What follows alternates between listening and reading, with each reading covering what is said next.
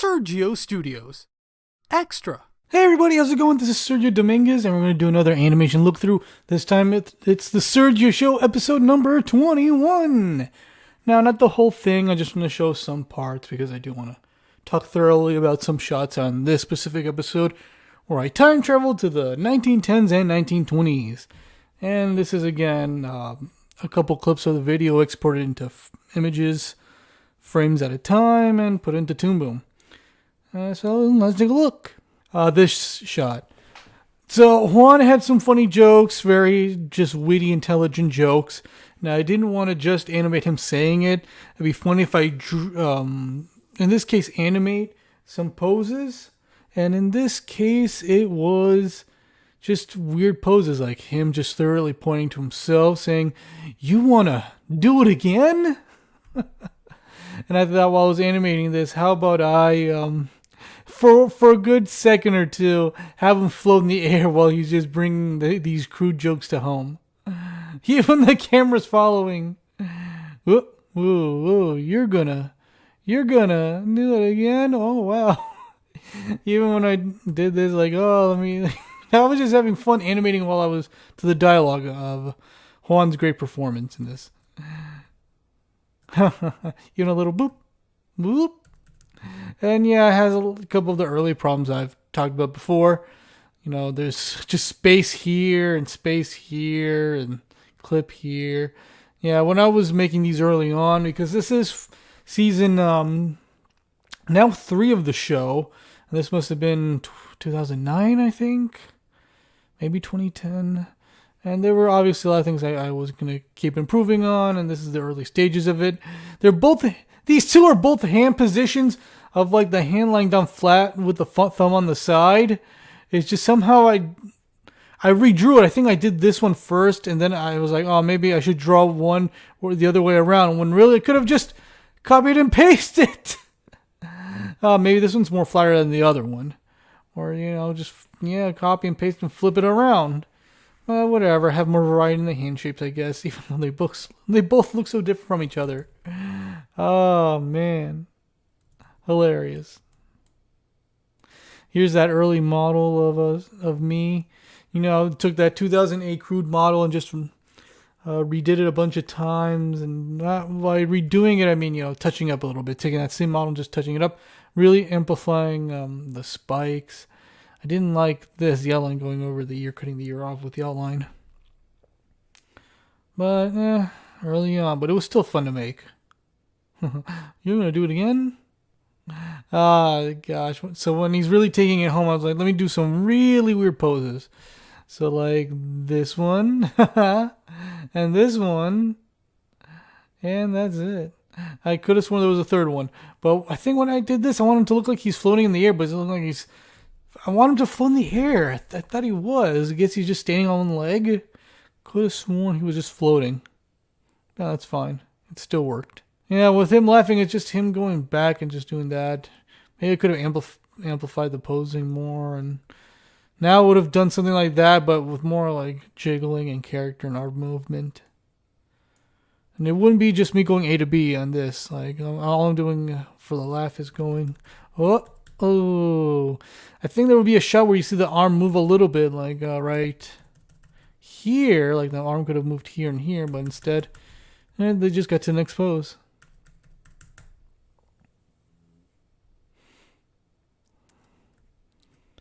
Yeah, I would also redraw these mouths. My gosh. I mean, if you thought the crudeness of the early work was charming, let me know in the comments down below. But I really wanted to clean up and modify as I went along. There's still some crudeness even in the recent years that I'm trying to still polish up. Here's another laughing thing.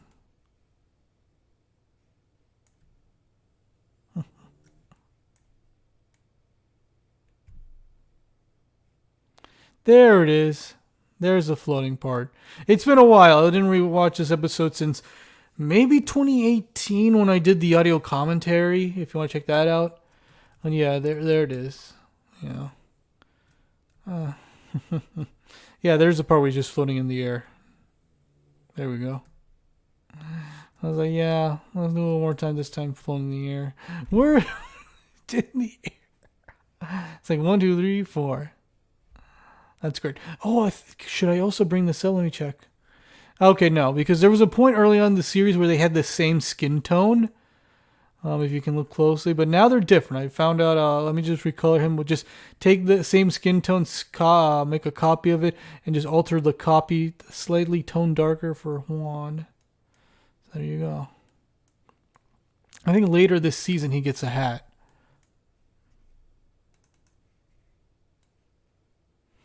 And the design, this was made, with marker. Was it with marker? No, this was done with the tablet in this case. If I can remember, but I just drew it and it looks funny. Looks impractical as you can see how he enters. There's nothing inside, just that little chair. Let's go.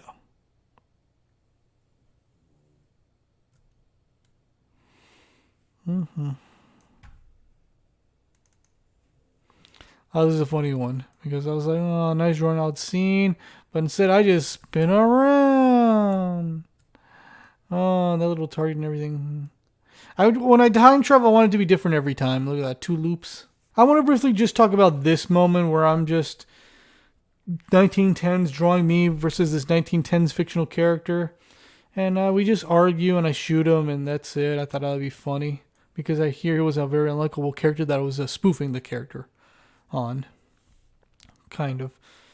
So with that, I redrew the character, but this one I took like pen outlines and just draw everything on index cards, oddly enough, to give it that like more chunky look. Stiff, chunky look, because that was the animation style at the time.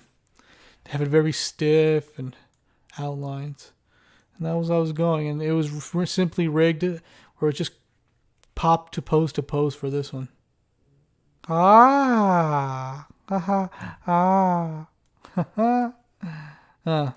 while making that spoof animation, which took a bunch of frames a long time, just because I didn't understand the tools of Toon Boom, I could have done it in its own layers, and I didn't understand the group tool. I just went to this one, which was the puppet animation, and I just went with some crude jokes here, because I'm like, classy, right? But it was fun. But you can also tell I didn't put any black and white like film effect here. I think later on I would, and maybe in an upcoming video or the tools that I found out in the editing software I could. But yeah, at that time, should have done a little bit more. But I really had nothing to say other than just harmless fun and what the character looked like in these eras. That's the whole point of me doing the time travel episodes, seeing me in different styles and different eras of animation. So that's what really that whole episode and a lot of these time travel episodes were about. Yeah, I think this was the edited version, the special edition of the explosions. Oh, that's fine. Oh, look at that. Oh, that's actually nice. Yeah, very simple posing. Like, oh gosh, darn it. That's also good too. I was understanding Toon Boom, but there were still some certain details I didn't really find out yet later. That didn't really improve later on.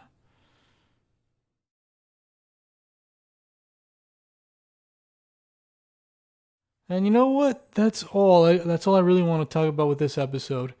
So that's all for this animation look through of the time travel episode. Pretty short, but I just want to give my time on this special episode since it has a couple of special animation moments. So, questions, comments down below. Thank you very much for watching. Don't forget to like and subscribe. And as always, thank you. And I am Sergio Dominguez saying, have an animated day.